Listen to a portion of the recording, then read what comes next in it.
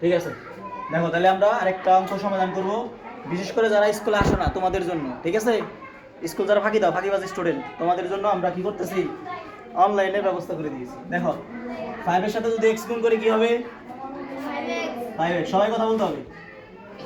5 এর সাথে x গুণ করলে কি হবে, 5x। এখানে কি আছে, মাইনাস। 5 আর 2 গুণ করলে কত হবে, 10 সমান সমান, এখানে কি করব, 3 এর সাথে প্রথমে x গুণ করব, তাহলে কত হবে, 3x। এই তো সবাই বলে। তারপরে মাইনাস 3 4 কত হবে, 12। এখন কি করব, কেউ বলতে পারবে? এখন x গুলো এক পাশে করব, সংখ্যাগুলো কি আরেক পাশে করব। এখানে 5x আছে, এই যে 3x, এর সামনে কি হবে, -3x। সমান সমান, এখানে কত আছে, -12 প্লাস 10, -10 এর পাশে গেলে কি হবে, +10। প্লাস 10। তাহলে এখন দেখো 5টা x থেকে 3টা x বাদ দাও, তাহলে কি হবে, 2x। 2x না 2x। তারপরে এখানে কত আছে, -12, 10 বাদ দিলে -2।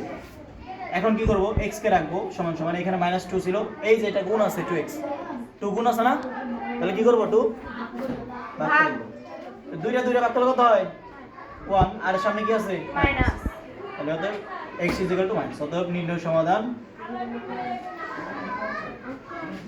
কি হবে, x -1। অ্যানসার মিলছে।